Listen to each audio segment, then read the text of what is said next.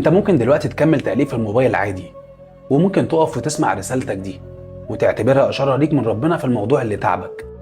ربنا بيقول لا تدري لعل الله يحدث بعد ذلك أمرا. عارف معنى لا تدري يعني ايه؟ يعني انت مش دريان بحاجة وقاعد مع نفسك ومش عارف بالخير والفرج والعوض اللي ربنا هيعوضك بيه، بس انت لازم تصدق ان ربنا يقدر يغير حالك في لحظة. طب ليه ربنا بيقول ذلك؟ يعني كأنه بيشاور على حاجة بعيدة وانت حزنك قريب.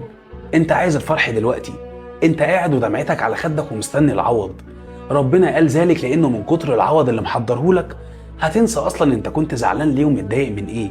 كل اللي انت فيه هيبقى ماضي، وكأنك ما عشتش ولا يوم حزن. حياتك كلها فرح ومبسوط وبس. ما توجعتش، ما عيطتش، ما حسيتش بحزن ولا اي حاجة.